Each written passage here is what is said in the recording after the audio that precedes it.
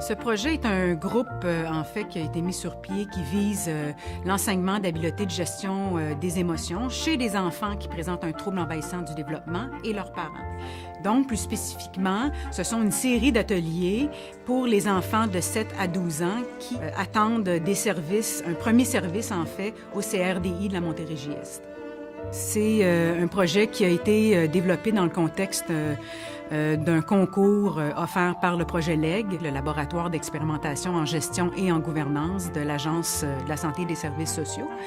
Et le LEG encourage des projets novateurs dans le réseau de la santé. En fait, il y a deux objectifs, un objectif administratif et un objectif clinique.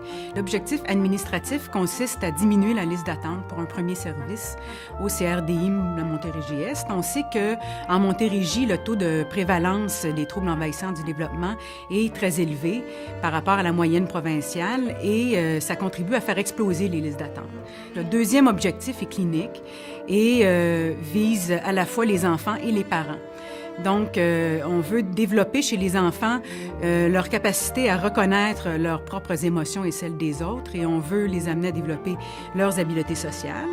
On veut aussi, par rapport aux parents, les amener à développer des outils qui vont leur permettre d'avoir un plus grand sentiment d'efficacité parentale et de meilleures habiletés à reconnaître et à gérer les émotions de leur enfant. Les enfants, ils réagissent assez bien, même mieux qu'on s'attendait au départ, je pense. Ils participent super bien, ils adhèrent bien aux outils qu'on propose. Ils ont des choses hyper intéressantes à nous dire. Ils sont motivés même à venir aux ateliers. Ils ont hâte d'un atelier à l'autre, ils ont hâte de se retrouver. Fait que pour nous, c'est comme aussi un indicateur que je pense qu'on répond peut-être par ce projet-là à certains besoins chez les enfants. La dynamique est différente parce qu'ils peuvent partager au niveau des outils, au niveau de leur vécu aussi, des moyens qu'ils utilisent. Puis il y a certains enfants qui vont adopter l'outil qu'un autre a proposé. Puis ça, on ne peut pas retrouver ça quand on est en intervention individuelle avec un enfant à la maison.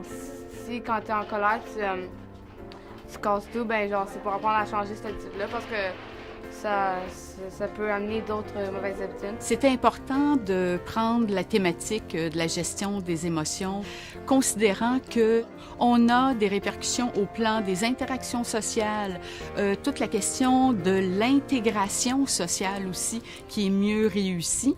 On voit une amélioration au niveau de la gestion, l'estime de soi également, là, qui augmente de façon assez significative. Mettons, des fois, quand je sais pas quoi faire, ben j'ai pas vraiment de solution. Mais ici, ils peuvent me proposer des choses, puis ça marche. Lors des ateliers, on enseigne aux enfants d'être en mesure de reconnaître les signes des diverses émotions de base, pas seulement qu'un seul ou deux, on leur donne vraiment un inventaire. On leur permet également d'explorer vraiment une multitude d'activités afin qu'ils puissent déterminer quelles activités ont un effet calmant sur eux. Notre défi, c'est vraiment de les outiller au niveau de la gestion des émotions, à partir des situations qu'ils vivent eux, pas des situations que d'autres enfants peuvent vivre. C'est des trucs, par exemple, les outils robustes. Par exemple, si tu es trop excité, ben, tu vas utiliser un outil robuste ou un outil physique. Il y a aussi les outils répétitifs. C'est comme écraser des bouteilles, courir ou se défouler, par exemple. Genre, tout ce qui se fond pour se défouler sans causer de dégâts. Et on voit des changements positifs par rapport à la rapidité à s'organiser, par rapport à l'utilisation des outils, par rapport aussi à quand on a des travaux écrits à faire. Mais les enfants sont beaucoup plus autonomes aussi à faire les petites tâches écrites.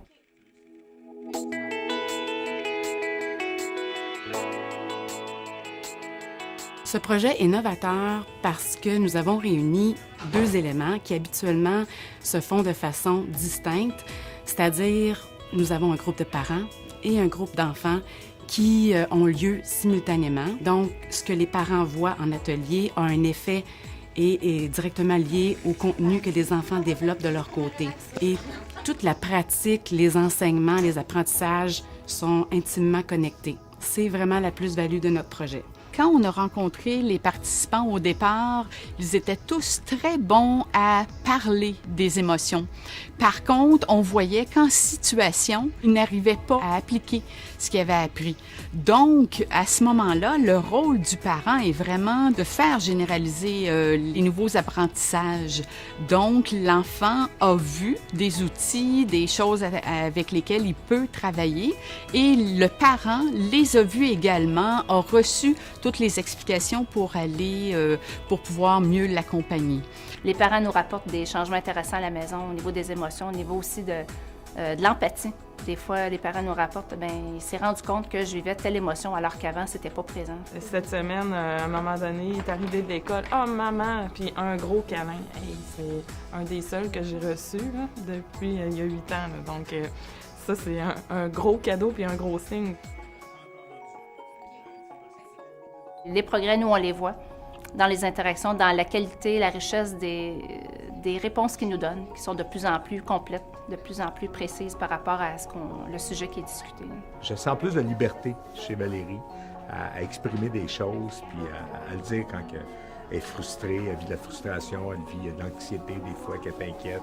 Je pense que les parents aussi, du fait qu'ils sont formés, ils vont à l'école des parents pendant que les enfants sont en atelier. Je pense que c'est vraiment un aspect positif puis qui est plus complémentaire peut-être que si on avait juste vu les enfants seulement en atelier. On s'auto-évalue là-dedans aussi. Là. On apprend vraiment, là, autant par rapport à nos enfants, mais par rapport à nous. Puis ça nous, en écoutant les autres, ça nous outille vraiment beaucoup. Puis les psychoéducateurs qui sont là pour nous donner plein de bonnes idées, vraiment. Là. Puis des fois, on a nos bonnes idées, mais juste les modifier en amenant un petit plus. Là, puis il y a quelque chose qui vient d'éclater vraiment pour nous aider beaucoup. Je pense que vraiment le parent chemine, l'enfant chemine aussi, puis je pense qu'ils se rejoignent là-dedans à la maison par les exercices qu'ils doivent pratiquer, puis tout ça. J'aime ça ici parce que c'est comme on trouve plus facilement les solutions. Ça nous aide à rester calme. C'est comme s'il leur mettait les mots dans la bouche, mais non, c'est vraiment intégré, ça se fait tout seul, puis c'est un merci gros comme la terre. À travers le programme, on essaie d'aller chercher les situations de la vie quotidienne des enfants dans lesquelles ils vivent des émotions. Puis lorsqu'ils vivent ces émotions-là, souvent, ce qu'on se rend compte, c'est que finalement, ils sont pris dans leurs émotions, ils n'arrivent pas à en sortir. Puis notre travail, c'est d'aller les outiller par rapport à la gestion de leurs émotions, mais à partir des situations de leur vie. C'est vrai que pour moi, c'était pas évident en tant que parent de dire quand est-ce qu'elle est anxieuse vraiment, quand est-ce qu'elle est en colère, quand est-ce qu'elle est triste. Souvent, la ligne est mince. Souvent, entre la tristesse et surtout l'anxiété, des fois, la ligne est mince. C'est des magiciennes. Je ne sais pas ce qui s'est passé à la maison. Au début, on n'était pas sûr de si c'était vraiment dû aux ateliers ou pas, l'ouverture des petites choses qu'on remarquait qui apparaissaient tranquillement. Plus on en parlait, plus on voyait que ça rentrait vraiment autant à l'école, les réactions par rapport aux amis, beaucoup à la maison. C'est pour ça aussi qu'on essaie de faire ressortir un petit peu c'est quoi les signes de ton émotion, qu'est-ce que tu pourrais faire pour que, rendu à la maison, si je vis la même situation, je vais peut-être être capable, de façon plus spontanée, d'aller réutiliser mes outils. Elle-même se sent moins mystérieuse, se sent plus compris et acceptée. Et elle se comprend mieux. T'sais. Alors, je dirais partenaire ou complice. Oui, on est plus complice avec elle. C'est un beau projet. On a beaucoup d'outils aussi. Puis je pense que les enfants adhèrent aux outils. Fait qu'on essaie vraiment de jumeler un peu de tout, des vidéos pour rendre ça aussi plus concret. Les parents rapportent vraiment des progrès. De façon générale, c'est positif, ce que les parents nous rapportent. Bravo. Ouais. C'est sûr que je suis fière de mon grand bonhomme. Ouais. Tu fais câlin, toi, c'est vrai? Ouais. Es-tu capable? Ben oui. Faire un câlin? Oh là là là là!